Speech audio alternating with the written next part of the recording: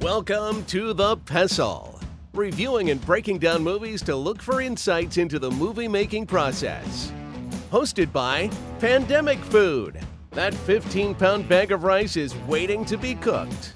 Now, let's dim the lights and start the show. Welcome everybody to The Pestle. Today's show is brought to you by TN Industries, awakening the powers below the ocean to energize everything above it.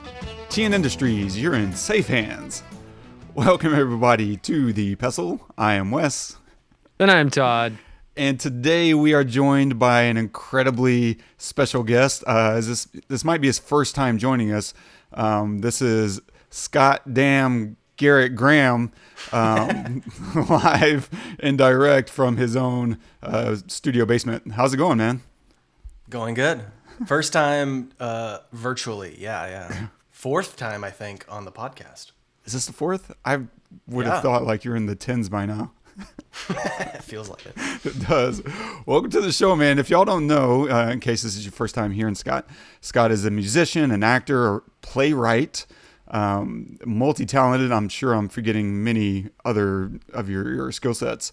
Writing is a crazy thing, especially when it comes to, for me, like screenplay writing. I've never tried to write like a novel before. And so that methodology is just completely different from anything that I've ever tried.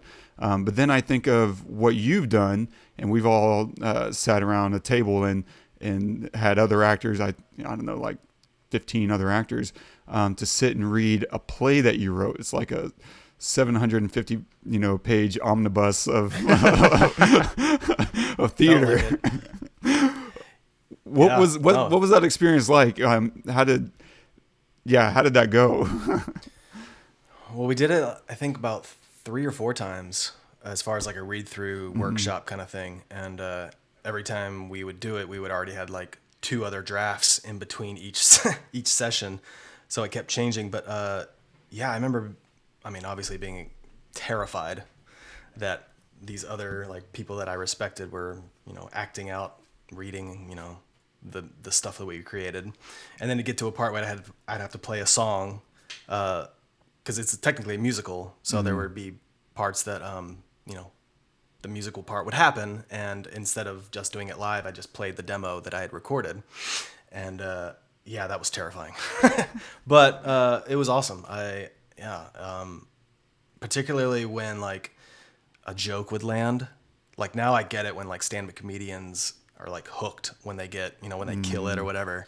Cause like, it was awesome. It was incredible. It was like heroin. Because you know a lot about heroin, right? I know a lot about heroin. Well, I get what you mean, but one of the nice things about I'm not going to, claim this for you, but whenever you have good actors, sometimes it almost doesn't matter what you write. Like they bring, as long as you wrote with intention, I feel like a good actor is going to create something out of the dialogue, out of the words, because they're so concerned about playing the moment, playing the intention instead of trying to chew up the words and make them sound good, Mm-hmm. Yeah. And from what I learned in my brief writing period, it's like, you pour over every sentence and every word and every phrase. And Nicholas Wendell and I, we must have, I think 6 or 7 drafts at least, if not more. And every single word and punctuation, and we poured over to make sure it was as perfect as we could get it. And then at that point, you just have to let it go and let, the actor take it and let them do with it what they will. And a lot of times moments would happen that you weren't expecting. You would specifically write with the intention of like, oh, I want this person to do this. And then it would get on to the live setting and it would become something else. And you're just sitting there like, holy crap. And you're like writing down like what they're doing. Like, this is so much better. Blah, blah, blah. So those workshops and read-throughs are key. They're really good. When you're writing it when it's just you and Nicholas in the room, are you performing it together, the scene out loud, or do you just kind of talk about it and then you write it?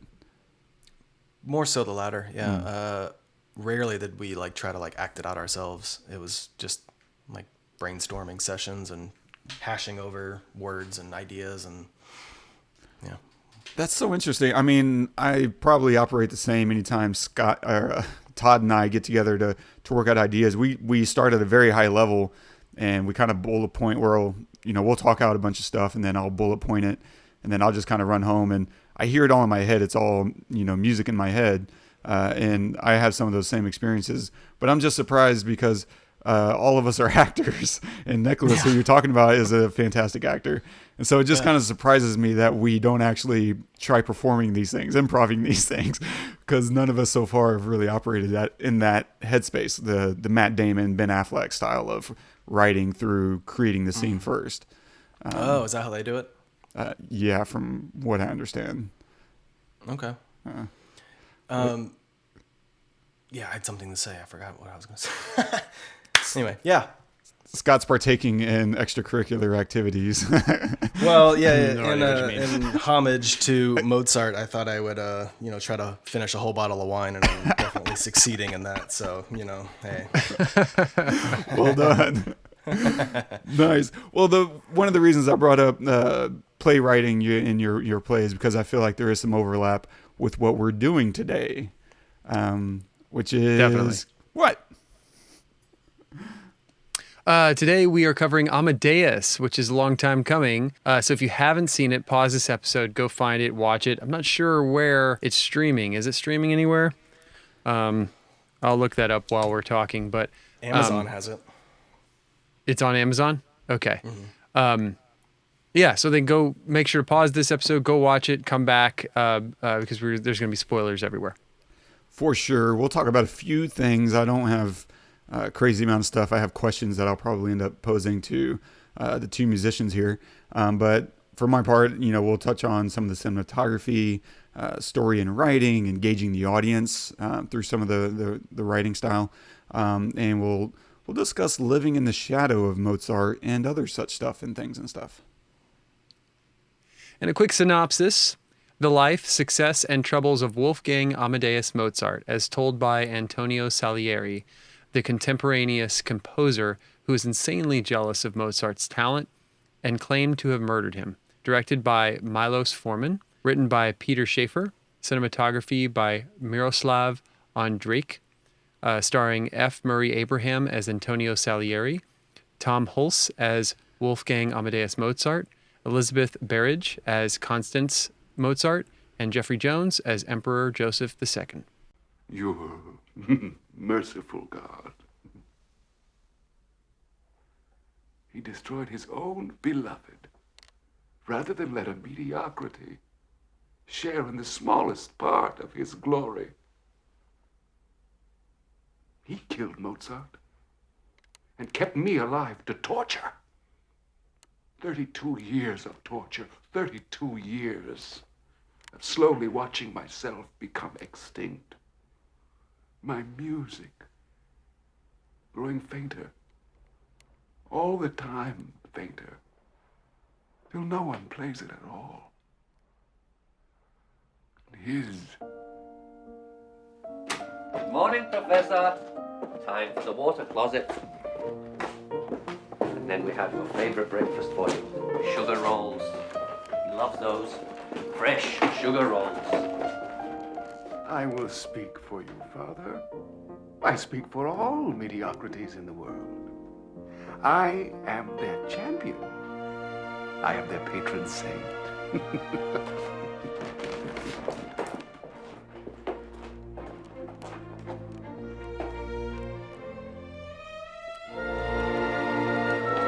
Mediocrities everywhere. I absolve you. I absolve you. I absolve you. Oh my God. I don't even know where to start. Let's begin with the Todd. How has it been a while since you've seen this? Yeah, been a long while. I usually, I usually don't watch it unless Scott says, "Hey, how long has it been since you watched Amadeus?" So yeah, it'd been a long time, but I was excited to see it because I know I liked it, and watching it again, was very much like the first time I watched it before. I mean, I will say, you know, I think that though, well, I'll get to this in just a second, but overall, very enjoyable to watch it. The acting was fantastic. I didn't feel like I was watching actors, you know, like, and which is really hard to do because you have American accents or Western accents saying lines that would sound way better in British accents and sound almost, you know, they very easily could sound totally fake and not hit, right? But like all the main characters have Western accents and they all pull it off and I buy it. You know, it's just, I think it's because they all do, except like a couple of the, like, I think the director has a British accent and the really fat, sweaty guy has a British accent. But for the most part, every major player for sure has a Western accent. So I think that because of that, they, you know, I wasn't taken out of it because it just was what it was. But Tom Hulce is just, I mean, just so good. And F. Murray Abraham is like, I don't know. I think that the point of the way of telling the story from the point of view of Salieri was really awesome and brilliant. The things that I loved about this movie, I'll just say a couple of things.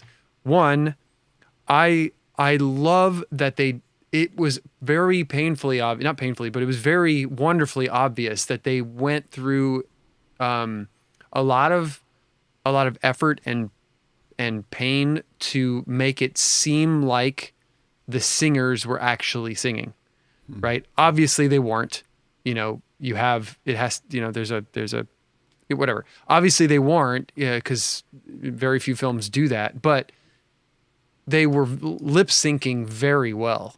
And so many movies today, they don't do that. They don't lip sync well. They don't line it up enough. It's obvious, like the mixing is bad, you know, like here it felt like, you know, they were a little far away, but it was coming from them, you know, not 100% obviously, but they did a very good job of making it seem like that. And in opera, you don't have microphones. You have to sing to the back of the room. And that's, you know, if you can't project, you won't be a singer. And so you have to hear a lot of the room and you have to hear a lot of the actual symphony, or orchestra, sorry. And you do. And it felt like that. So I loved that. That was very wonderful. They paid a lot of homage to these titans, Salieri and Mozart, to their love of music, their love of not just music, but creating it and it coming from them, right?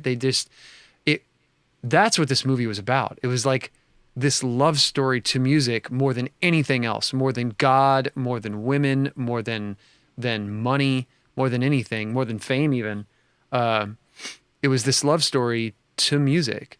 And I really felt that in every kind of like every turn that the story made or every development that happened, I still felt like it was always about the music and it was always going to come back to the music. And it always did. I also love that. I love that Salieri is played as the villain, and yet it is so obvious that he loves Mozart. Mm-hmm. He loves him dearly. He, more than anyone else on the planet, is the most important thing. I would say music and then Mozart to Salieri. That's it. And, you know, but he's made out to be the villain, right? And I love that, like, that he, you know, if he claims to have murdered Mozart, it's only because he wanted to have some piece of Mozart. And he couldn't even finish writing that last piece with him. Like, God took that away from him. And so in order to take some piece of Mozart, he would take ownership in his death. I mean, like, that makes total sense, you know. But yeah, those few things really stood out to me. But this also reminds me of our conversation back when we did Whiplash, which was one of my favorite conversations, and I think we had Joe on that one. Or no, maybe we didn't have anybody. I always think we have Joe because we just talked to him about it. But in this idea of requiring a villain to bring out the greatness in someone, right? And I feel like this story also parallels with that kind of idea. Because, and I think that there's always greatness in Mozart, and anything he wrote was golden and incredible. But he reveals at the end, at least in this film, he reveals at the end that he always it was wonderful to him that Salieri loved his work. He always thought that he didn't like it, and to find out that he did almost was like a weight off of him. So there was something. It might not have been the singular driving force for Mozart, and I don't think it was, but it was a driving force. And I don't know, that resonated with me as well. I thought the writing was great. I didn't feel like it was super long. I did feel like some of the opera moments were just like, okay, we can leave this. I don't need to see this, you know, for 3 solid minutes. Like, I get the idea after 30 seconds, you can cut away.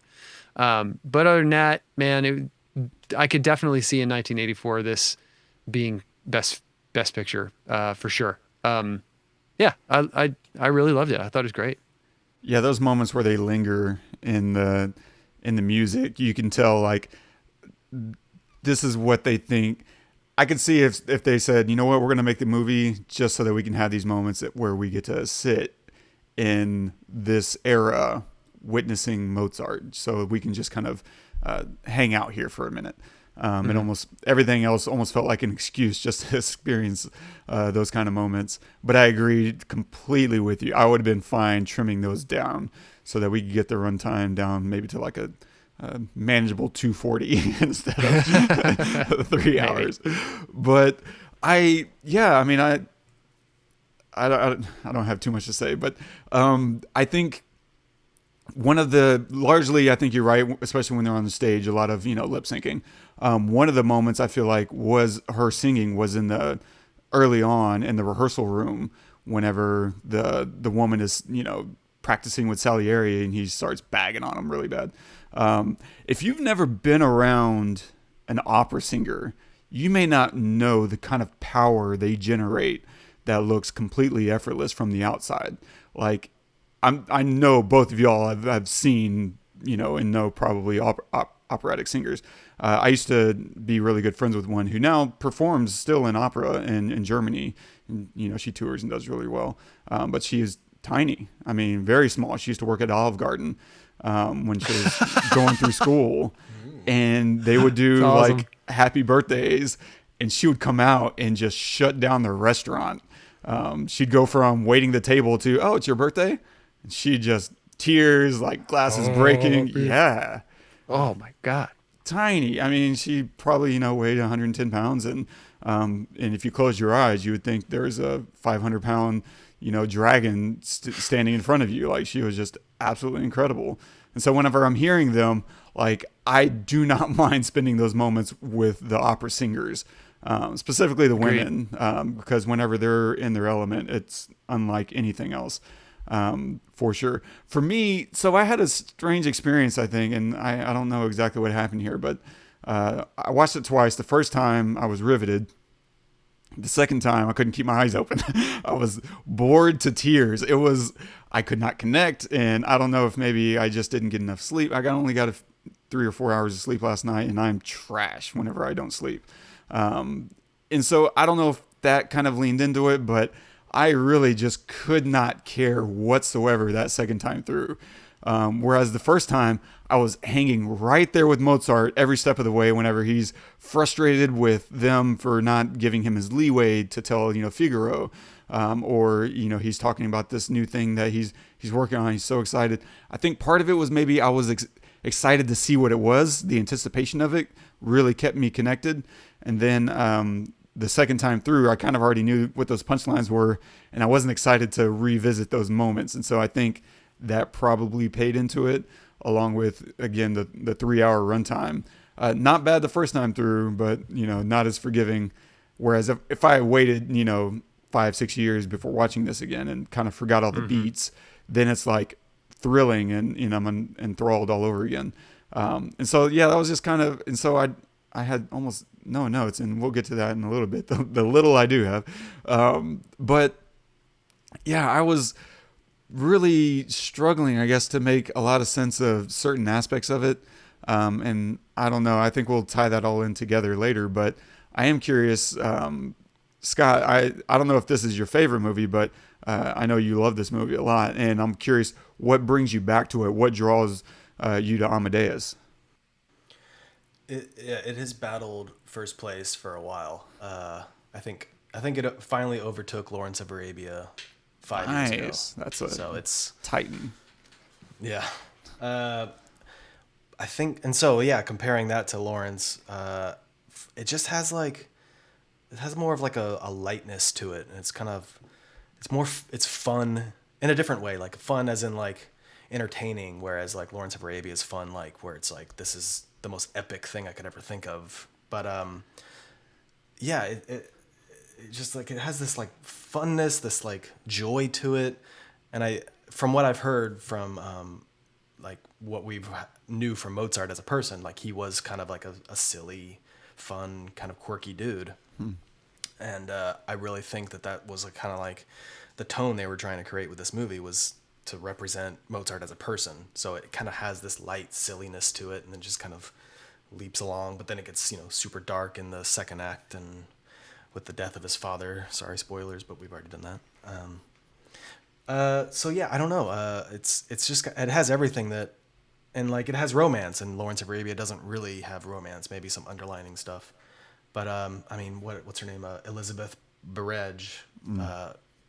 Gorgeous, absolutely gorgeous woman, and perfect acting, and I don't know. It just, and obviously the music. I mean, Mozart. I mean, how can you go wrong with Mozart? It's like Beethoven, Bach, Mozart. It's like the Trinity.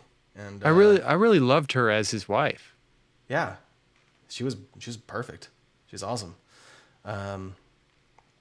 So yeah, I guess I don't know. Yeah, because it's a long movie, and I guess Lawrence of Arabia is a long movie too. But it's got the two acts very high in comedy, very high in drama, and full of great music, and then really, I mean, if you really want to put a pin in it, it's Salieri. It's F. Murray Abraham just put on a clinic. I mean. I can't even describe where he went to do that, which is funny because like Salieri wasn't even like, of course they made that up to have a villain, but he was technically, I think, around the same period as Mozart as a composer in Vienna, but like, and I think they were friends, but they weren't like, it wasn't like a rival. They weren't like at each other's throats. Like Salieri wasn't, I mean, not that I know of, wasn't jealous of Mozart.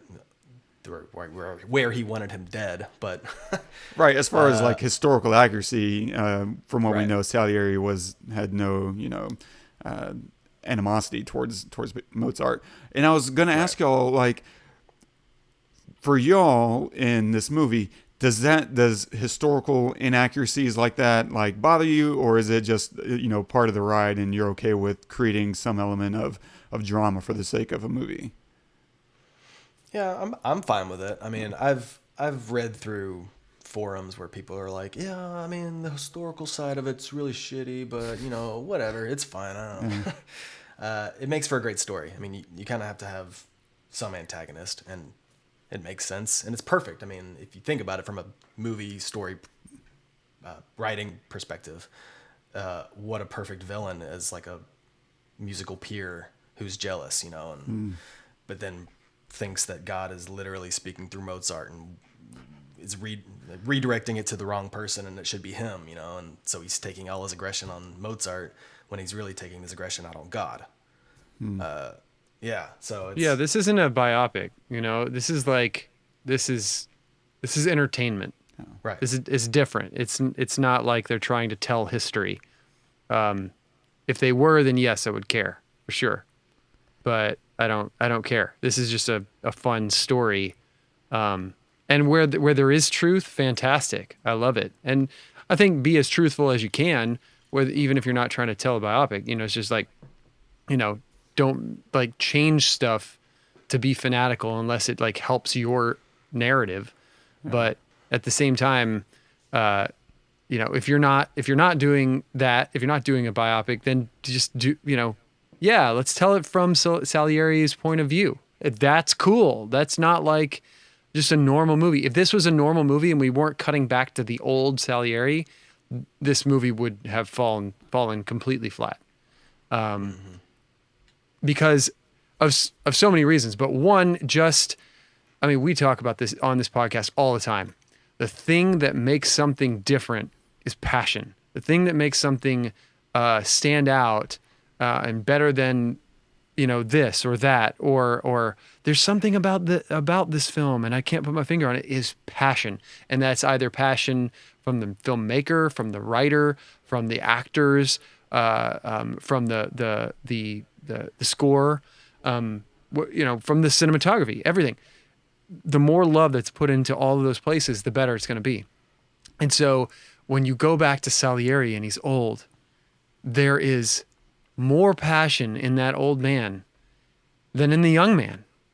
And the young man was so passionate, not only about God at one point, but about God working through him, and then about God working through Mozart, and then anger about God working through Mozart, and then hatred for God and hatred for Mozart, but still passion and love for Mozart. Like, he is so passionate as a character, a young character, and all of that has built up over the next 32 years after Mozart's death, and he has nothing but passion left. And that passion is shown in rage and anger and sadness and depression, all of those things, but that's all he has left. He doesn't even have music left anymore. He doesn't even have his old music left anymore because nobody listens to it, he says. So, and it's that is what made the movie for sure for me. But I did love her as his wife, and just to go back to that for a second, because there were some moments that really jumped out to me. The first moment we see her, I think she is, I did not, you know, I didn't remember anything about, little about this movie. So I'm sitting here, you know, and she comes up to the stage after he performs for the king, and with her and her mom, and they lift her up onto the stage. And I'm like, you know, and he had obviously just been with the like physically with the singer, the opera singer. And so, you know, they're looking at each other and he's like, you know, laughing, like, you know, funnily.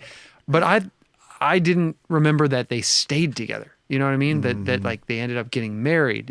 Usually in stories like this, you expect like, oh, she's a bumbling idiot and he like moves on. His brilliance is too much for her and he moves on, or she, you know, whatever, can't take it. And but that doesn't happen in this film, and they stay together. And I loved that. And I love that she just fucking loves him and just wants to be with him and wants to be important in his life in some aspect, but it's only music that is driving him. But she just loves him. And that scene where they're at the comedy, you know, watching the comedy opera with the little people and everything, and then the guy comes up and visits, and she fights for him, and she says, half the house? No. How much are you going to pay him right now? I want money in my hand. Like, yes, Mozart.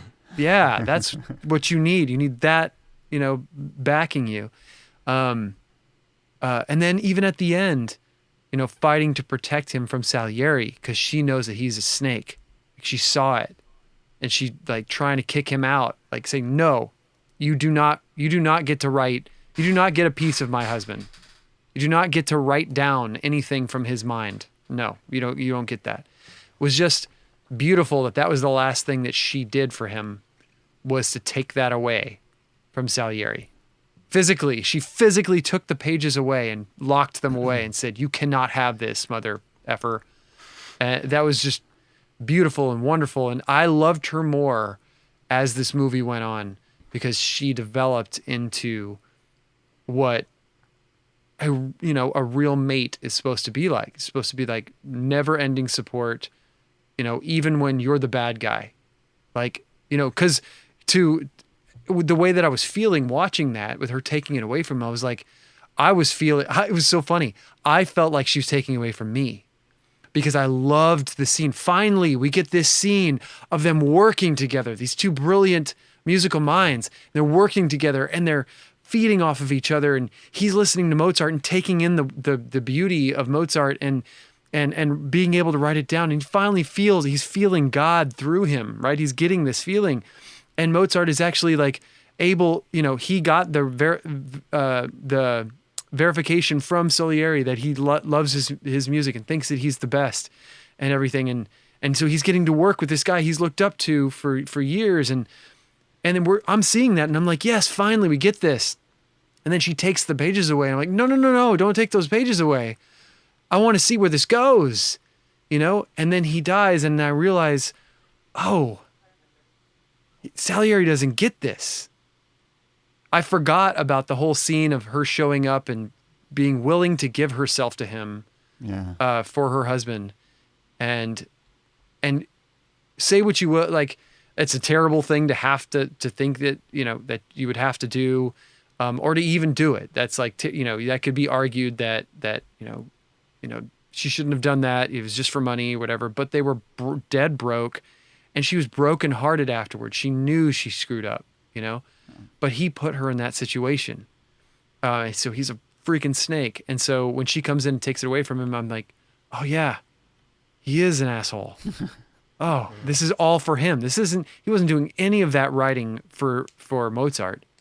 He was only doing it for himself. So anyway, sorry. That's my tirade. I usually go on my tirade at the beginning, but That's good stuff. Yeah. No, it is. Well, and I know briefly, I know that she historically was a singer. I forget if she was like a tenor or sopratic or whatever. But, right. She was actually a singer in real life. I'm sorry. What were you going to say, Scott? Well, so yeah, before you mentioned that she, offered herself to Salieri, that's actually in the director's cut, which I watched for the first time a couple nights ago. So originally, it's not in the original. No, in the original version, they cut all that out.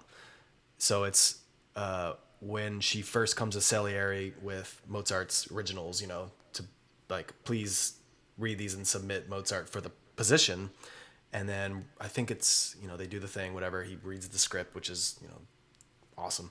But when he drops it and she's picking it up and she looks up, I think the last thing she says is something like, is it good, or will you help us, or whatever? And I think they cut to him he doesn't say anything. He just walks out the door. And that's what I remembered. But then I watched the director's cut this time, and I'm like, I don't remember any of this. Yeah. So they cut originally for the original director's cut. They add all that, and this is the first time I was ever seeing this. So I'm kind of going, oh, this is extra. Obviously, I knew there were going to be extra things on the director's cut because I think it's 25 minutes longer, which brings it to a full 3 hours. Dude, it needed it. That scene changes everything in the movie. Well, it lets things make more sense, specifically at the end when she walks into Mozart's room and she sees Salieri, and you see that expression on her face of what are you doing here? How could they cut that out?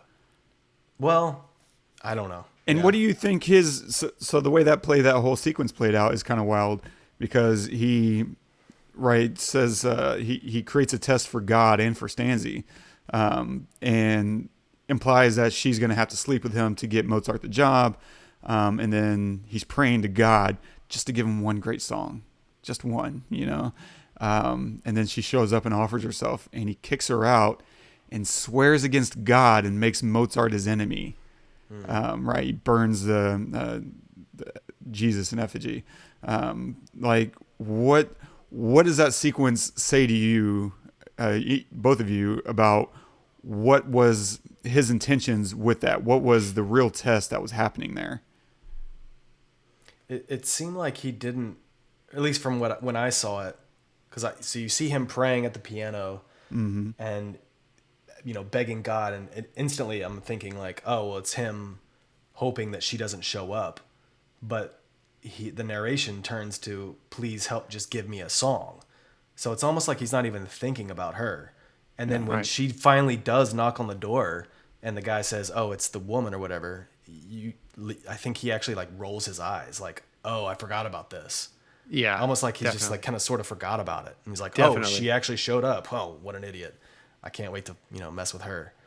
So you think it's part of a whole continuation of his expectations keep getting upended. Like later in the film, the emperor shows up to a rehearsal and he's like, that never freaking happens. What is he doing here?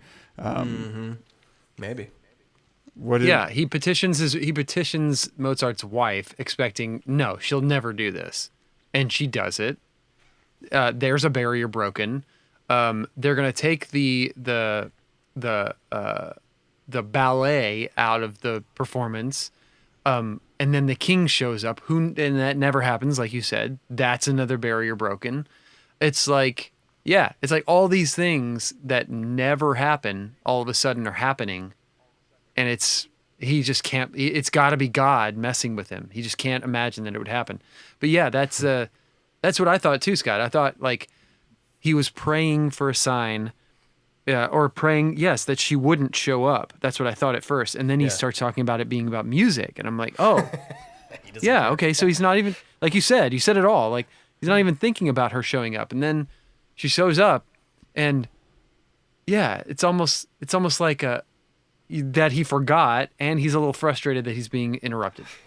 Really? That really worked? She showed up? Jeez. All right.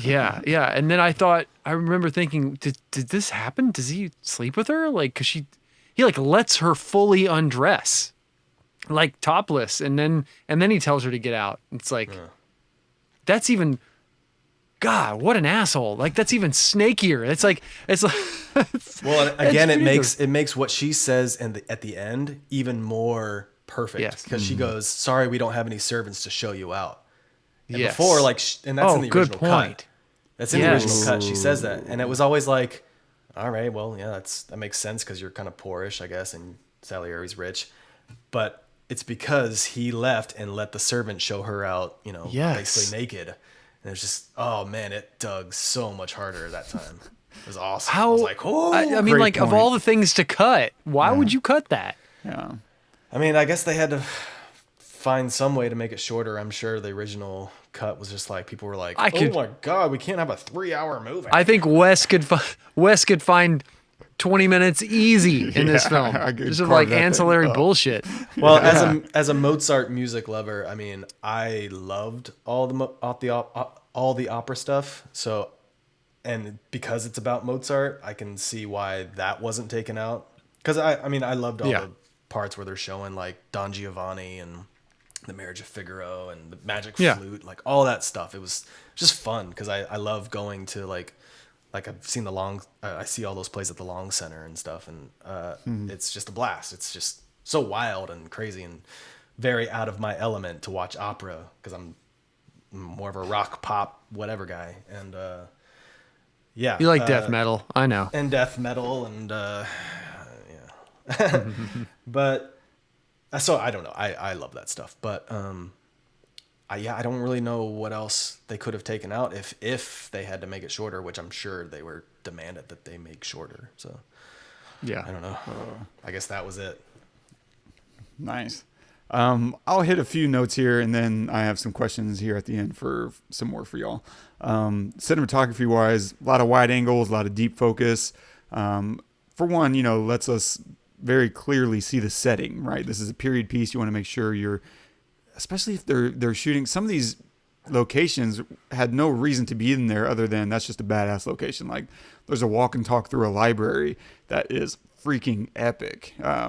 of a location, and I'm like, nothing they're doing or saying has anything to do with this location. But Was that the shot of Salieri with the director? yep, Yeah. Oh, I remember that. I was like, too. this is crazy. Where I think are that's they? I think that's the director's cut scene too, because I don't remember that in the original. Oh, Oh, okay. And so, yeah, like, so it makes sense. Like, you want to show off these locations and help sell the time period that you're in. And obviously, it's a lot brighter, and it goes to the kind of story that you were talking about, which I'll touch on here in a second, I guess. But also a lot of locked off shots. Not entirely. It's not like this entire movie's on sticks, but a lot of locked off shots. Even whenever there's a lot of movement within the room, they're constantly letting people enter and exit frames within a scene. And to that degree, I feel like it's almost like we're somewhat watching a play or perhaps an opera. They're kind of giving you that feeling of, you know, you're wide and you're watching things come and go. And as an audience member, right, you're not walking around. You're not emulating a dolly or anything. And so I feel like some of the cinematography was kind of centered around some of those ideas, maybe. There's some odds and ends that don't really tie into any one specific thing. Like Todd already said, great performances. Obviously, both of y'all, I mean, you use the word clinic, Scott, and absolutely right. F. Murray Abraham just carves up the screen. He gives, and it's so funny the way he does it. And I got to credit a lot of it to the writing for sure, because so often he's just not doing anything. He's just watching people, and he's not smiling. And he kind of just maybe frowns at people here and there, but mostly you're expecting something from him, and he gives you nothing. And in that way, he's giving you everything. Like, you're having to read all the subtext of what's in his head right now. He's watching this girl undress, and then he's just staring at her like, what are you going to do? And he's like, show her out, please. I'm like, ding, ding, ding, ding. He rings the bell. And that's such a, like, backhand. Like, he just rings his tiny little bell instead of, like, screaming at her or whatever. Anyway, so his performance is fantastic. Obviously, Tom Hulce is doing something completely different. I go through the probably the same range of emotions that Salieri does. When Mozart steps on the scene, I'm like, oh, who is this annoying brat? Like, with this laugh. And then as the story progresses, his laugh becomes infectious, and you just start to... I don't know if I look forward to it, but when it happens, I laugh too. Like, it's just too good. It's just too good. But one of the I think some of the best performance actually comes from the priest towards the beginning. Like, his reactions right? Like, it's fantastic. There's all these textures that are happening. And it's kind of his inability to lie as, like, Salieri's posing questions to him or asking almost for sympathy. And he just can't. He's not going to lie. He's not going to say, yeah, I recognize your music. He doesn't. And so there's this obstinance of, I'm not going to lie. But there's all these layers of compassion coupled with confusion and suspicion and horror. Like, he's going through all these really tumultuous emotions perfectly, and he has very little words. There's so little dialogue. He has to really just play against F. Murray, and I'm sure F. Murray Abraham was just giving him absolutely everything he could use.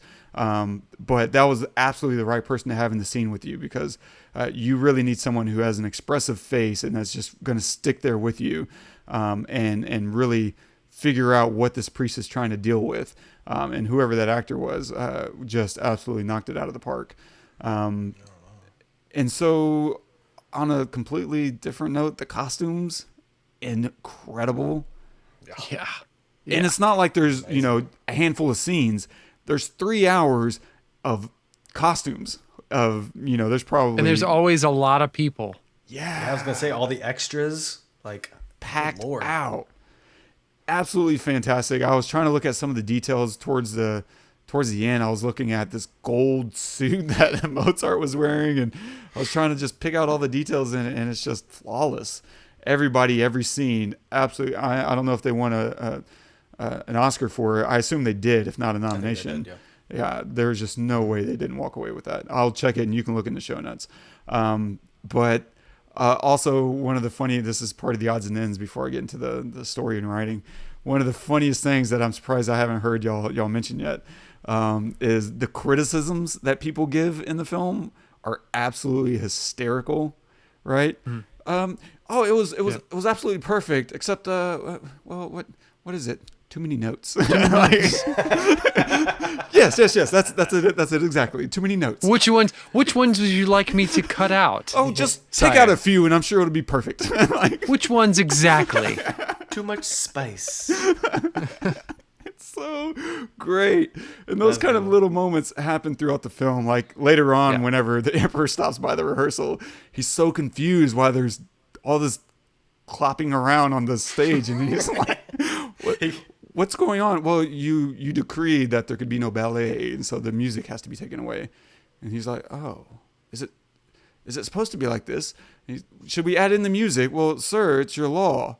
Yes, but look at them. Look at them. I love when he turns and goes, is it modern? Like, is if I look at this it cool? this way, Is this hip? if I tilt my head like this, Is it modern? Dude, putting Jeffrey Jones as the emperor was So like good. the craziest Genius. casting thing, and it's so perfect. It kills me. Yeah. Kills me. Every scene he's in, I laugh so hard. He is strangely good at comedy because he has this very severe look, and so anytime he plays this kind of serious quirks, it just shines. Like it plays so well in contrast to his features and his attitude and his stoic nature. his greatest role. Ferris His Bueller. greatest role. Ferris Bueller No. or Beetlejuice. Come on, guys. Oh, Howard the Beetlejuice. Duck? Howard the Duck. Thank you, Wes. You got it. You got it, buddy. Oh my god. He becomes that freaking thing. Right. Yeah, anyway, don't want to ruin Howard the Duck for everybody. my If you haven't God. watched Howard the Duck, I think Howard the Duck. we're always 2 ruined degrees from Howard the Duck. Duck. Maybe that should be a thing moving forward. We have to find we have 6 degrees of Kevin Bacon with 6 degrees of Howard the Duck. We got to find a way back to Howard the Duck. I like it. Bad movie episode with Howard Bad the movie. Duck. I don't know. I haven't seen that in 20 Oh my years. God, same. Oh, it's crap. Maybe we should do that sometime in We'll crank 2020. that up. Yeah, that'll be Or a drunk not. episode.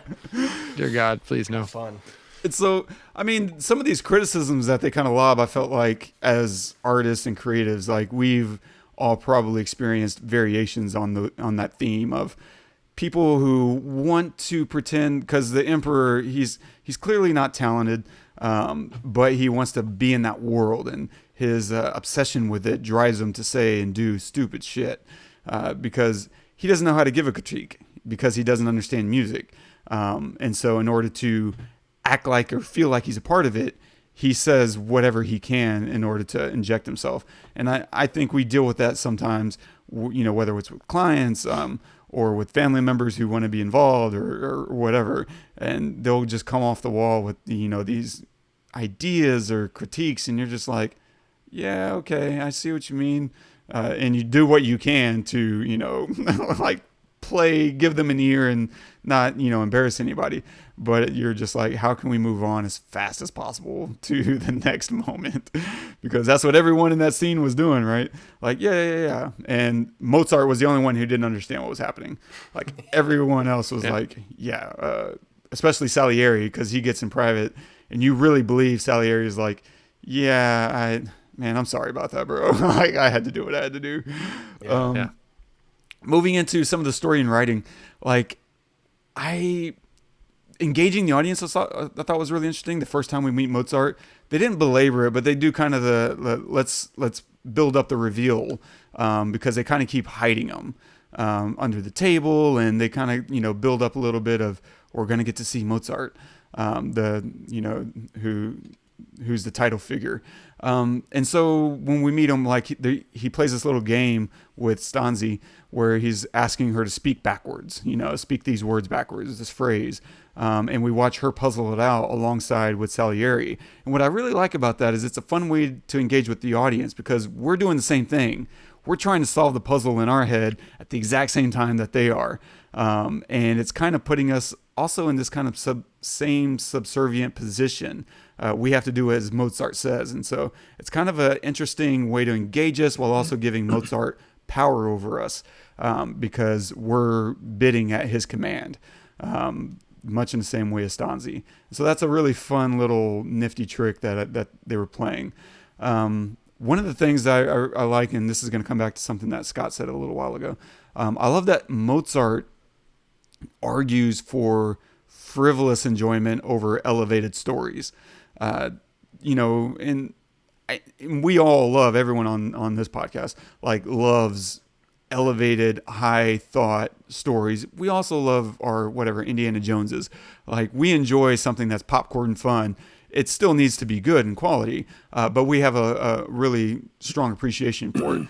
One of the interesting things about Mozart, though, was that his version of silly fun is a 4-hour operatic romp. like it's very different. We want like an hour and a half, 2 hours, and I think, to Scott's point earlier about this movie is light and it's fun, I think it's kind of mirroring Mozart in that way. Like, this is 3 hours of silly, light fun.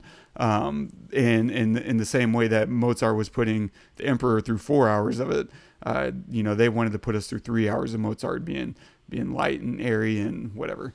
And that's fun. Salieri, skipping to another random thing, Salieri, I feel like, had much more in common with Mozart than he realized. Both of them felt really unappreciated. Salieri, gets all this glory from the Emperor. And right, he does his show. He invites Mozart, hey, come see my latest concerto or whatever it was. And he shows up, and obviously Mozart freaking hates it. But the Emperor, like, everyone applauses, and the Emperor gives him this award, and he says, this is the best opera ever written, which is right on the heels of Mozart's failure, so to speak, of him saying, yes, it was brilliant. It was the best opera ever written. And then cut to Salieri being awarded, and he's so dissatisfied because even though he's getting all these accolades from the Emperor and his peers, the only one he actually wants, the only praise that he really covets is from Mozart. Whereas Mozart wants the inverse. He wants everyone else's recognition. All the things that, Salieri is getting secretly, he doesn't really ever make a show of it. But that's what Mozart really wants. He's so frustrated with, the state of justifying his art to these aristocrats and them not understanding it or appreciating it. And of course, he doesn't know Salieri's working against him behind the scenes the entire time, which is a weird stab in the side. So they really have so much more overlap and in common than they really appreciate. Because they both really want both. Yeah. But it comes out as, what do I not have? That's what I want. Mozart didn't have money or fame. That's what he wanted. Salieri only had money and fame, so he wasn't looking for the. He already knew that the king or the emperor or whatever loved his work. He already knew that everybody loved him. He already had the money. What he wanted was his peers to also think that he is the greatest. So, yeah. Absolutely. And the interesting thing about Salieri, and I think the usage of God, is that Salieri is doing what nobody else is, which is he's thinking in a much bigger time frame, in a much bigger context of eternity. And he's seeing, fine, yes, everyone likes my work, but Mozart is better than anyone here is recognizing except me. And he feels like a fraud because of it, because he's getting what he thinks Mozart deserves, and he knows he doesn't deserve it. It doesn't matter how good everyone says it is. He knows that in the context of history, Mozart is going to swallow him whole. And Very that's good point. Yeah, and that's one of the cool things I really like about the usage of God is it's putting everything into a much bigger, grandiose perspective. Well, what I was thinking was like very similar to what y'all are saying, but like with Salieri, like, yeah, Mozart's wanting this and that, but like to me, it seems like Salieri just wants like to be God's channel, and that's why he's channeling his hate so much into Mozart, because he has convinced himself that everything Mozart does is being channeled directly from God. And he can't accept that God would choose this creature, as he keeps calling him, which is amazing and so funny. And that he didn't choose someone like him who has been devout and praying his whole life to, like, he gave up his chastity and he devoted everything, his humility and everything, that he could just create music and that's it. But yet he chose someone like Mozart, who, you know, we're in the same time frame, to pour God's music into. And he's just this, you know, defiled, nasty little foul-mouthed person, you know. And yeah, I think crawling around on the floor like a pig. Yeah, there's just Salieri couldn't take it. So yeah, someone like a pious person, and then he would just, you know, flip and completely renounce God and toss the crucifix in the fire. See, and there is like, I also love the usage of God, but also because it, and I don't think this is necessarily the intention of the director or the writer, but in general, like requesting talent or creativity from a deity is ridiculous. And it takes the ownership off of you of everything. It takes the ownership of the creativity off of you. It takes the ownership of the thing that you create away from you. Like everything came from this thing or this person up in the sky. And it's like, it is ridiculous. And it destroyed him. It destroyed Salieri. But one of the things that destroyed is because he thought, if I give enough to God, if I give enough of all the pleasures and wonders of life that make life worth living and happiness, if I make myself unhappy in every other way by giving and saying I'm doing it for God, then God will give me this creativity. But then that's not your creativity if that works. So it's like, I don't think, again, that it was the goal of the film or the writer or anything, but that struck a chord with me a lot. And I think maybe it was the goal because the whole thing, I mean, there was a priest talking to Salieri, right? The whole thing was centered around, it started with his conversation with what he was going to do for God. Yeah. And it ended with him, you know, absolving people, you know, like it was very centered around his focus of God, whether that was pro or anti. For sure. And yeah, because he does start with the chasteness, you know, pledge, and, you know, he's going to honor God, you know, every hour of his life. Yeah. And so there is one thing before I, you know, arrive at my conclusion, so to speak, and have a couple questions. But the first one, before I get to that, Salieri seems to substitute, and this is the best reading I can do, his sexual desires with sweets. Like, right, the servants at the very beginning, before we even meet Salieri, the servants are tempting him with sweets, right? Before they discover that he's cut himself open, and like they submit him to the psych ward. And then when we first meet Mozart, he finds himself in a room with desserts. And, you know, later in, not long after, he meets his wife, Constanze, and he's offering her, what is it? The nipples of Venus. Like, so it seems like his substitution for sexual gratification is coming through the form of the indulgence of desserts, the sweetness. And that's the best I could, you know, he can't have companionship, but he can have, you know, these treats, I guess. That's the best I can do with the whole dessert subplot, if you will. Sure. Well, what do they say? Like, chocolate's a aphrodisiac, right? Yeah. Like oysters? Right. Yes. So, I mean, yeah. you know, but doesn't that make it worse? Right. I mean, I want to subdue that shit if I'm not, I don't know. Let's have a strong right forearm, too. Yeah. He's left-handed, man.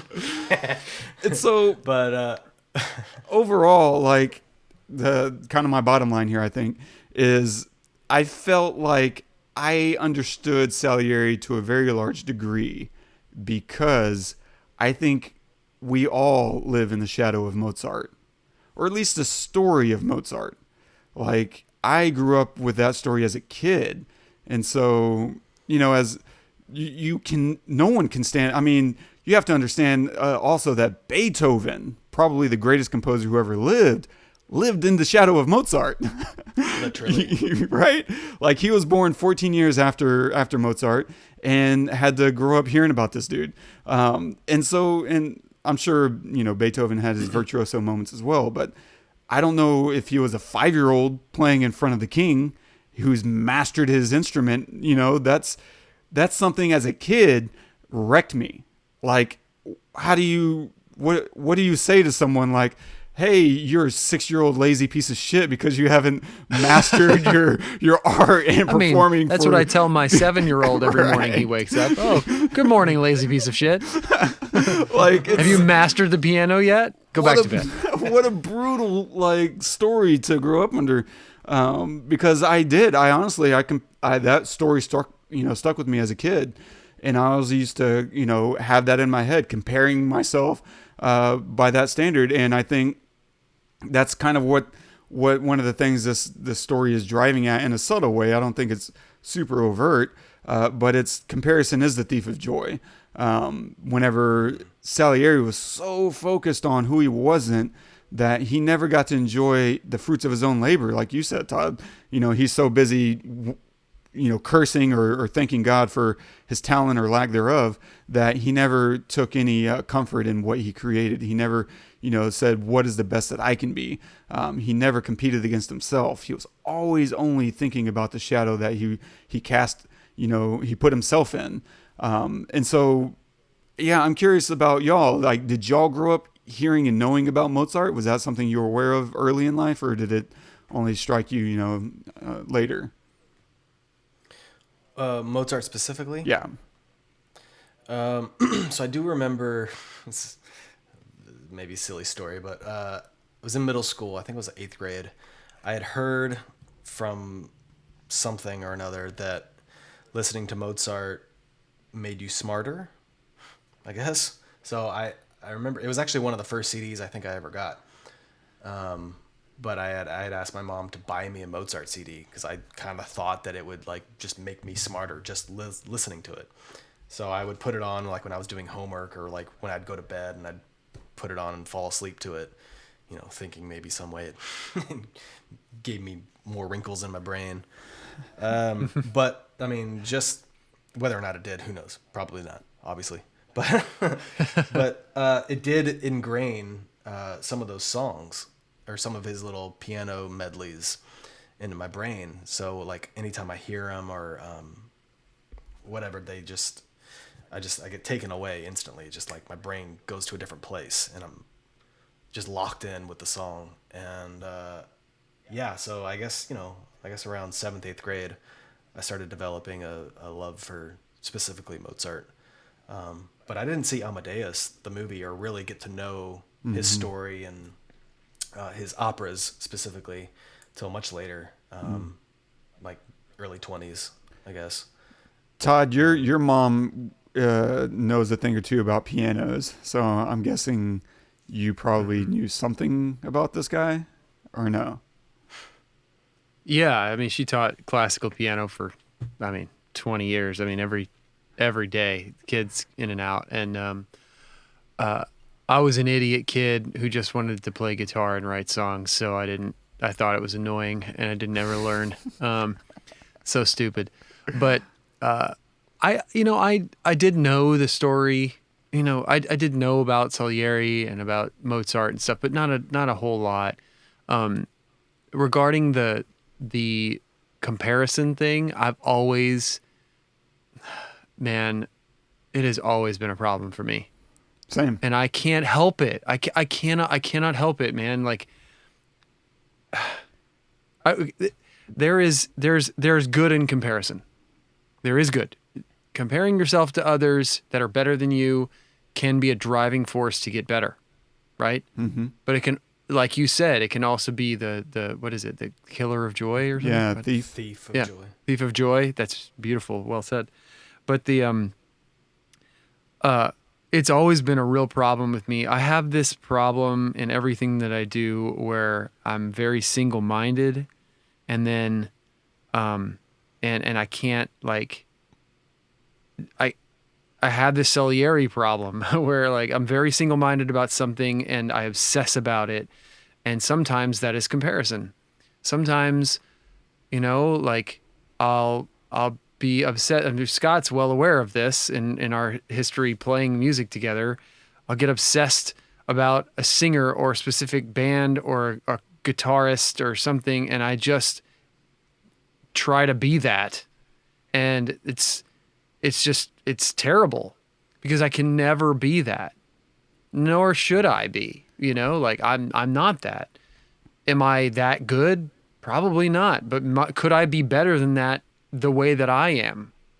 If I double down on myself, maybe who knows? But yeah. So it sucks that I've been like that, but I do think in some ways it's made me better. So there's good and there's bad with it. And I think there's just like anything, there's somewhere in the middle is what you shoot for. You look for the good in that person or that piece of music or that thing that you look up to so highly can pull out of you, and then you kind of like have to also be disciplined enough to let it go. I think a good way to describe it, if I had to compare it to something else, would be the stock market. Just because Wes and I, we've talked about this a little bit. I know, boring unless you have money in it, and then it's not boring at all. So I heard a good quote from someone, and this is deviating just for a second, but I'll come right back, who said, "If you can't take the red days, you don't deserve the green days." And that really stuck with me because, well, I'm invested in Tesla, and some days that's pretty awesome and that's fantastic. But the red days are brutal, especially when you don't time it right and you buy right before red day. It hurts a lot. And when I say a lot, I mean like this is a stock that just plummets. And so when I'm, but if you just take a breath and let it go and you ride it out and you just, you reset in what you believe, like I believe in this company. I think it's going to continue going up. Oh yeah. Then, I mean, if you still believe in it and you stick with your plan, the idea is that you'll be better off in the long run. Mm-hmm. And I'm only comparing that because it's the same way that I should have been growing up. I should have been, oh my God, Stevie Ray Vaughan is amazing. How could I learn something from it rather than how could I be like him, Or Matt Bellamy is an amazing singer. How can you knew it was coming. You knew it was coming, Scott. How can I learn from him rather than try to sound like him? That is, I think everybody has that problem, especially every musician. I'm sure, Scott, you've had that issue at some point, but I think playing in a band with you helped me a lot because you kind of called me out on it a lot. And I didn't, not so much in saying like, dude, come on, you're not that guy, but more along the lines of like saying when something wasn't right. And it wasn't right because it wasn't me. Yeah. And I think that's something, as I get older, I remember when I was younger, I never really had any kind of like regrets. If I wanted to do something, I just did it. If I wanted to get something, I found a way to get it and whatever. And, but now as I get older and I'm able to look back on it, hindsight's 2020. And I think there are some things that I do regret, like a literal regret. And that's definitely one of them. I think that I would have enjoyed it, those years a lot more too. And kind of like given myself a little bit of like leeway to be a little bit more like Mozart and have more fun, and just kind of like let whatever come out the way that it is supposed to come out, kind of like what he did at the end, especially, when he was in his bed. Anyway. But then Mozart's like the exact extreme opposite of that is like that's all he did, and he didn't think about anything else, and it Right. completely destroyed his life. Good point. That is absolutely. So, you know, it's how you look at it. Yeah, there's a balance there for sure. Somewhere in the middle. That's where Yeah.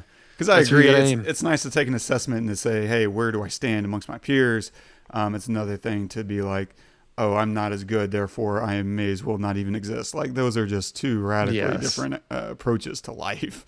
But they make for a good movie. They make for a great movie. The best. Nobody wants anybody lukewarm about anything. That's so true.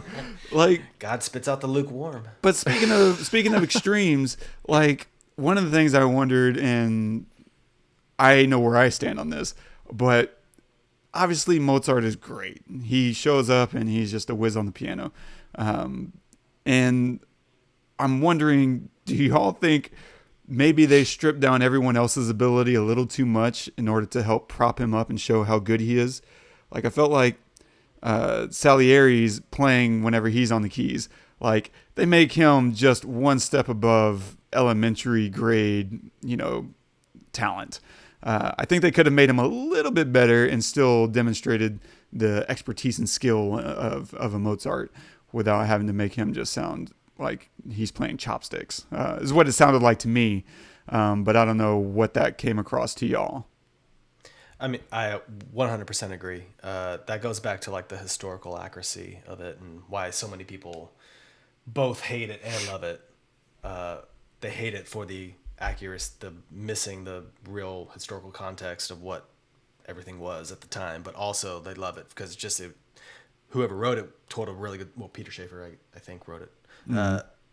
Just was perfect for what it was. But yeah, like I mean, Salieri was like a huge, massive composer at the time, and like has done amazing work. Like, yeah, he was definitely like absolutely legit as a composer.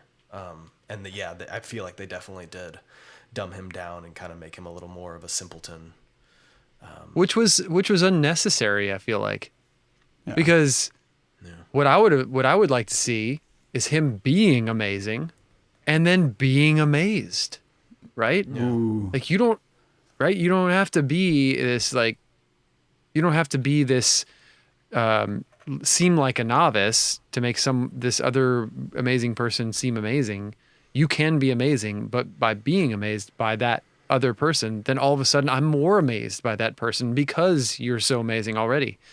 So yeah, I don't think that was necessary, but I agree that they did that. Yeah, it's a little bit of what we don't like in terms of talking down to the audience and not trusting us to learn along the way that, oh yeah, he is really good. Holy crap. And I loved your point, Todd, because you're right.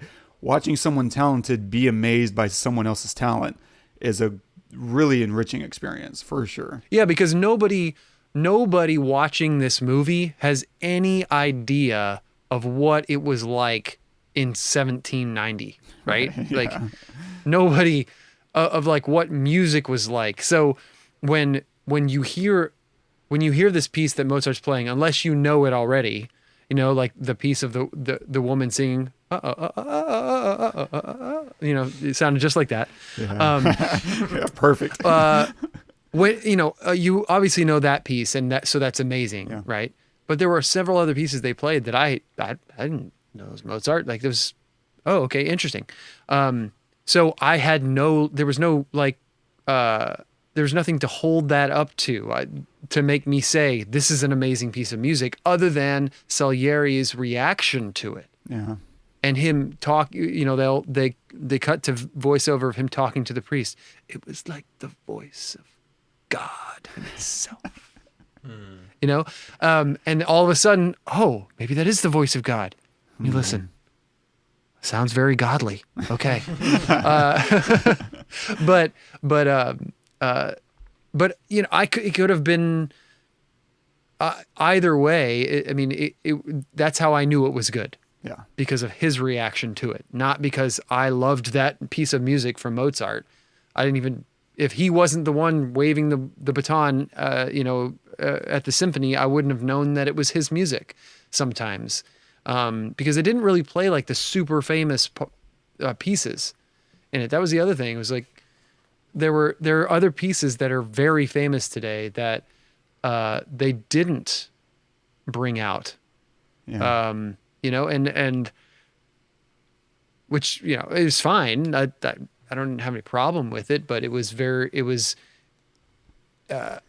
the audience, we didn't have anything to hold it up against. Yeah, no, you're right. And there's other elements that I'm surprised they didn't go to, like more piano concerts where we just get to see Mozart on stage, dazzling Right. everybody and holding, everyone's attention in that way. Instead, they save those moments for him being a debauch, in the clubs, and he's clowning with it. He's not appreciating it. And so it's an interesting choice, and it fits the theme of the film about how, he's the wrong instrument of God because of the way he uses his talent.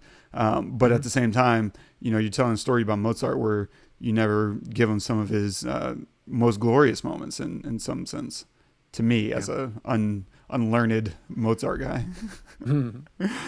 I think that pretty much sums it up, unless y'all have any final things that are, itching away at you. I had just one thing that I thought was really interesting, but I kind of went down a rabbit hole of Amadeus and Peter Shaffer and all the writing and all that, and to really understand where this is going to go, we got to start with Stonehenge. No, go ahead. Well, I could go back to like something I was going to recommend later on, but whatever. So I doing a little bit of research, I found an older picture of two actors on stage, and I was reading a little bit, and it was basically saying that before the movie, I think this was like maybe 1980, 79, somewhere around there, that originally on stage, not Broadway, but whatever the Broadway version of England is, Royal something or another, I don't know. But that Tim Curry and Ian McKellen were the leads in Amadeus. Holy so it was crap. Obviously Tim Curry as Amadeus and Ian McKellen as Salieri. And that in itself just absolutely melted me, and I spent hours trying to find video, and it doesn't exist. And but then that led me to even more, that the guy that replaced Tim Curry as Amadeus was Mark Hamill in around 1981, I think. And What? In the middle of his Star Wars run? In the middle of, I think it was right after Empire, Mark Hamill went on to do to play Amadeus on the same stage in England, and I forget the guy's name, something Wood, John Wood, James Woods? maybe something like that. Ridiculous. I think a legit dude, but he switched and did Salieri, but he did this for I think a year or so in between Star Wars, right up until the auditioning for the film version of Amadeus. And because that was literally back to back from the stage to the auditioning of the film. And so obviously Mark Hamill was there reading audition after audition with different actresses to play, I guess, Constanze, whatever. And I think after like the 6th or 7th take, he was just like, I've done Amadeus, right? You guys know this, right? Like, I did it on stage. Like, I know what the character is. And the director, I forget his name, they eventually decided to go with Tom Hulce, the unknown, Animal House, like no name, whoever, because they just didn't think that the audience would accept the quote, Luke Spacewalker. As Amadeus. He got a loose space. He didn't even know. But and it's probably rightly so. Like, I don't think I would have loved this movie as much. It would have been on him. And that's the interesting thing is history looks different for Mark Hamill if he gets that role. Because it's probably still much the same movie. It's going to take us the first, 30, 40 minutes to stop seeing Luke Spacewalker and start seeing, Wolfie.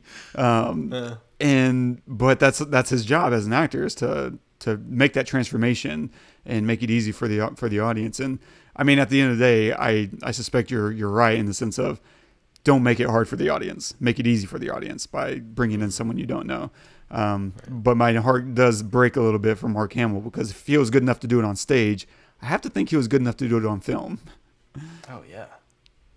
Well, I mean, it's bittersweet, because it sucks for him personally that could have helped potentially launch his career in other ways. Because I mean, I'm sure it probably still would have won an Oscar, many Oscars, because I mean, obviously F. Murray Abrams and everything else, but also, you know, I mean, his lack of being able to be cast again led to him doing his massive voiceover work, which, you know, he was the Joker for like 20 years, you know. Sure. Every Joker animated movie you've seen is Mark Hamill.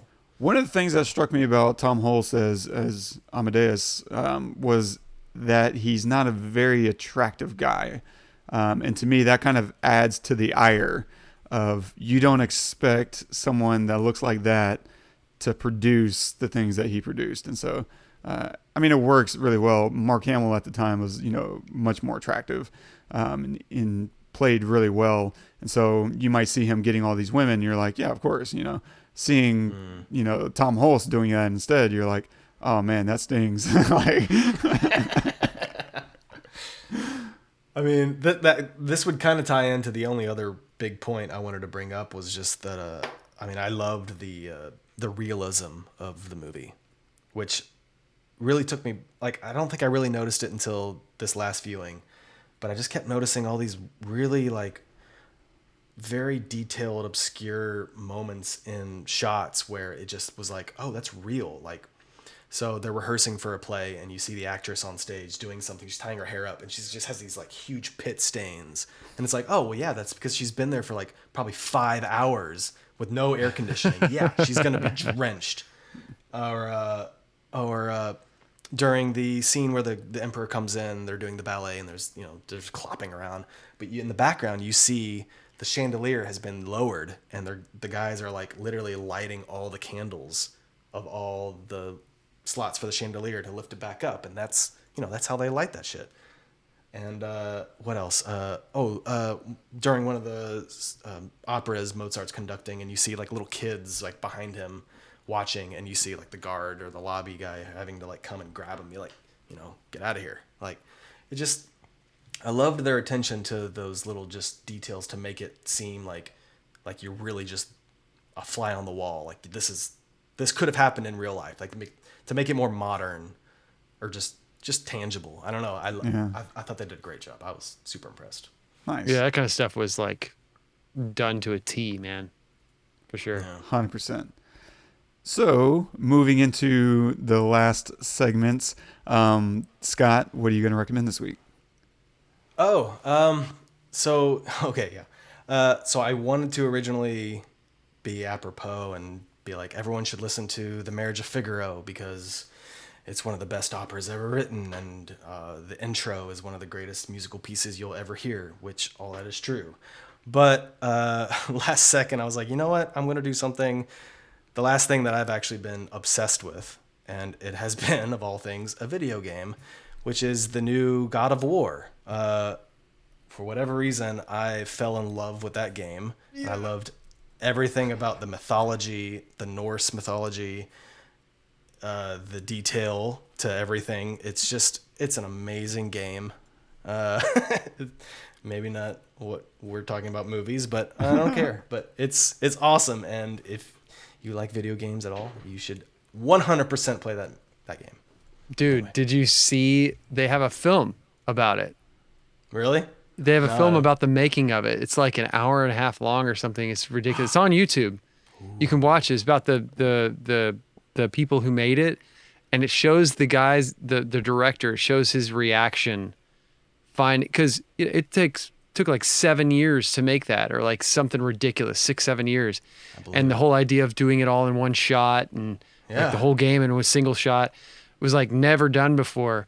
And they actually have a moment where they show his reaction when he sees the reaction of like where he wakes up in the morning and he's gonna go online to see, does the world like what we've spent the last 7 years building? Yeah. And he sees, and it shows his reaction. It's a great thing. You should go watch it, man. Oh yeah, Great recommendation Do there. that tonight. Nice. Yeah. And we'll link that in the show notes so that everyone can check that out. Cool. Nice. What do you got, Toddies? Oh, I'm gonna recommend a film that really, really hit home in a lot of ways, specifically about music, but it doesn't have to be about music. It just has to be about something that you love, and not knowing where it's going to take you in your journey, but still adhering to it and staying true to staying true to what you love, but allowing life to happen around you. Can you guess it? Homeward Bound. I think that's like the third time you guessed Homeward Bound when I say this thing. Okay, Mr. Years, 1995. Ooh. Say that synopsis one more time. Paraphrased. I don't even know what I said. Sticking to what you love, but letting life continue to happen around you. Mr. Holland's Opus. Yes! Did you just Google 1995 films? I did not. Wow. Really?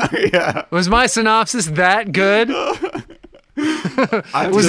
I that amazing that you got that from? That's incredible. I just mind-melded. Thanks. God dang it, man. That's like the 10th time you've done that. Yeah. And Yeah, you still Mr. owe me Holland's like a bag Opus. of popcorn, by the way. What? I said you still owe me a bag of popcorn from my Cybertruck guess way back. That's true. That is true. Oh my God, that's right. That's right. Anyway, yeah, that film, man, that film changed my outlook on life. And I have no idea if it holds up. I haven't seen it in a long time, but I remember watching it the first time. I was just weeping in the end. I was like, maybe I should be a teacher. I don't know. For 40 years. I haven't seen that movie in a long time, but I remember loving it the first time I saw it. Yeah. Last time, I guess. Yeah. But Richard Dreyfuss kills that. Anyway. Well done. And Wes. Thank you. I am going to give you the same opportunity. So I'm going to recommend a movie that has the single best opera scene in history. The best opera performance, I should specifically say, in all of... Fifth Element. What? Did I get it? Yeah, of course. Yeah. Is there any other? What was it? Oh, you didn't hear, so you can take a crack. I was going to guess Phantom of the Opera. I don't know. What? Fifth Element. Yeah. Scott. Oh, God. I don't know why I was like, oh, he's going to say this. That's amazing. You guessed it, Scott? Yeah. That's crazy. Before he could even finish the question. Basically. Fifth Element. Luc Besson. So yeah, dude, that's a crazy scene because isn't she singing in like another language, like some alien language? Yeah, and her voice is absolutely crazy. But like, who wrote that language? Like, did they go all Tolkien on us and we just didn't know it? Maybe I'll link that in the show notes too, because there is some really cool behind the scenes featurettes about that specifically. It's such a wild. That whole movie is amazing. We're definitely going to be doing that soonish. Nice. Well, stay tuned for next week. We're going to cover Wonder Woman 1984. And we're going to go back to our roots. It's 131 episodes later. This is our very first episode was Wonder Woman. And this is episode 132. So 133 will be for Wonder Woman 1984. And if you haven't heard that first episode, it's worth it just for the story of Todd. Yes. Todd's experience to go see Wonder Woman. That's how we started this podcast with that story. Yeah, that's right. Oh man, I have to go relive that. It's absolutely wonderful. Do you remember that story, Scott? Did I tell you that story? I think I did. It was like something happened right before you got there. And go listen to it. Messed you up, and when I got there. Yeah. Don't forget to subscribe, review us on iTunes, leave us a note if you want us to talk about a thing.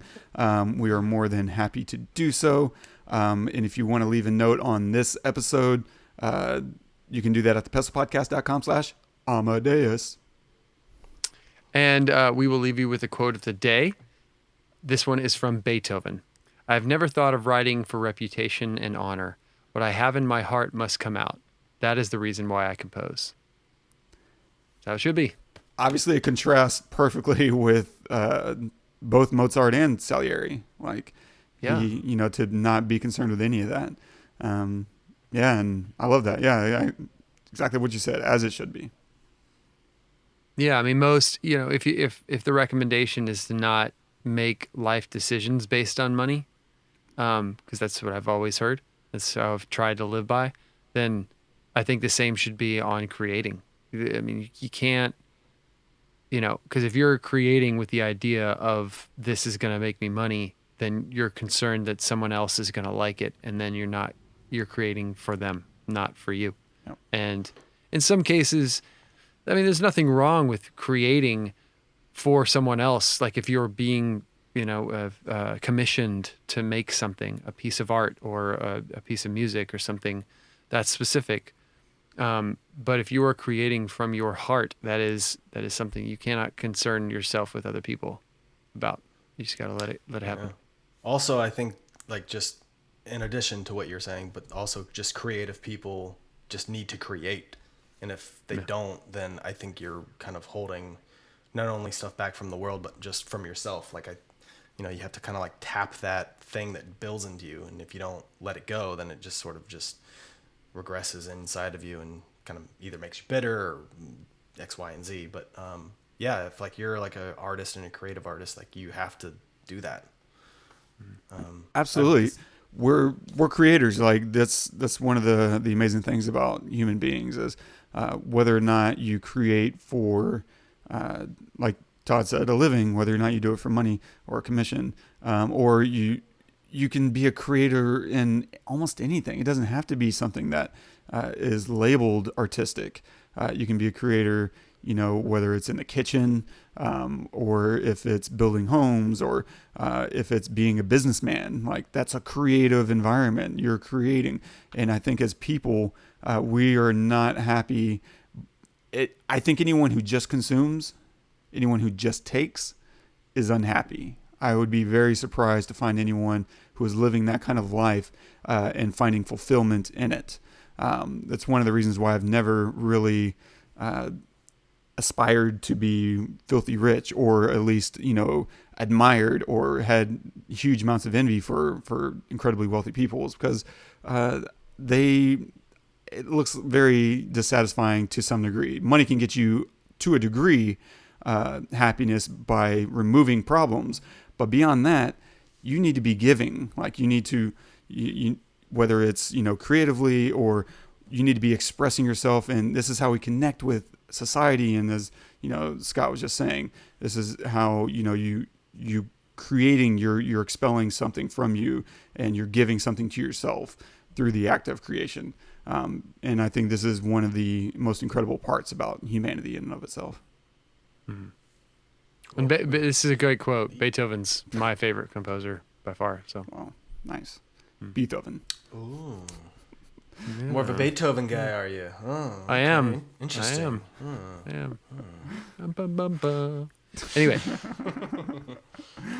You have any shout outs, man? No, I forgot to delete those from last week, but no, all good. That's what I thought. No problem. Shout out to Mark Hamill. Yeah. I want to give a shout out to you, Scott. Thanks for joining us, buddy. Yeah, man. And to that sexy new haircut you got. Yeah. Oh, let it flap in the breeze. Yeah, that's beautiful. Yeah, it feels nice. It's like every 7 years I grow my hair out and I chop it off. It's just cyclical. So. Yeah. It's a crazy cycle. Yeah, man. Anything else that you want to add before we go? I usually like to give our guests one more shot to leave with something. I don't know. I mean, thank you for finally listening to me to do this movie. Oh, that's right. You've been screaming at least a couple years. Yeah. Like, at least. Let's do Amadeus. Just because, I don't know. I love it. I get so...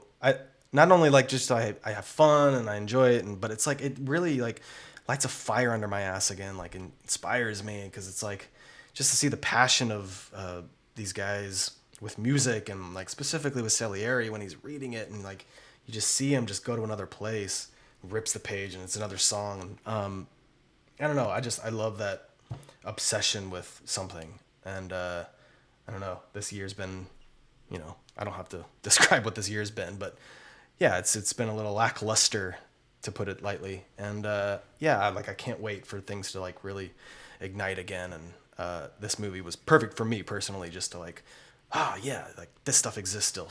Cool. Yeah. So, dude, I love that. Actually, you brought something up that bubbled up again. I remember watching it and thinking, wow, this really humanizes great talent. So, and my wife actually asked me this. She said, do you think you're born, you know, cause like he was 3 when he wrote his first concerto or something. And she said, do you think you're born with that? Like he was born with that. And I said, I mean, I think some people are more some people are more predestined to be great. Like they just have something, right? But I think that 90% of it is nurture, not nature. I think maybe someone might have more dexterity in their fingers, so they're better. It's easier for them to get good at playing piano, right? Mm-hmm. Or someone just hears stuff in their head, right? Like it's hard to teach that. It's hard to teach someone. You sit down and say, "Hear something in your head." You know, you can't really like force someone to hear that. But for a 3-year-old to just hear that and then be able to put it into, you know, whatever, like that a lot has to happen for that to happen. So, but to see, you know, them struggle, to see someone like of talent like Salieri struggle with creating something that's of caliber of Mozart, and to even see Mozart at times struggle, like, you know, pining over it. And it did seem effortless for most of the time, but sometimes it was still, you know, difficult for him to live his life and to create. And so to see that is very like different ways. Yeah, it came out in different ways. It was like very like humanizing of that brilliance, of the timeless brilliance. And so yeah, I had the same feeling of like this lit a fire of like and his Mozart's or at least this version's just apathy of, I mean, he cared what people thought, but he didn't get it unless they loved it. Like you know, he cared if they loved it, but if they didn't love it, he just couldn't understand possibly why they could possibly not love it. Like, how could that not, how could what you just heard not be perfect? It's perfect. How do I change a note when it's perfect? Like just you know, it's the best opera ever written. Yeah. Just to have that attitude. And, you know, yeah, you could say he was like full of himself, but to have that attitude of no, I'm making great stuff. Like, that's pretty awesome. I wonder if one day I could think even a fraction of that about the stuff I make. I don't know. Probably not. I hope not. But anyway, yeah, so that was wonderful. Anyway, thank you so much, Scott, for joining us. I really appreciate it, man. This has been wonderful. I love these. I look forward to these. So yeah. Cool. We'll have you on again soon for sure. Okay, we'll do. Yeah, this has been great. Thank you guys for joining us and for sticking with us through this whole episode. Make sure to share this with your friends, to subscribe, to review. Tell us what you want us to cover. We will cover it for sure. And yeah, please rate us. All that stuff helps for sure. Until next time, I'm Todd. I'm Wes. And I'm Amadeus. Go watch the movie. And we dance because there's music happening.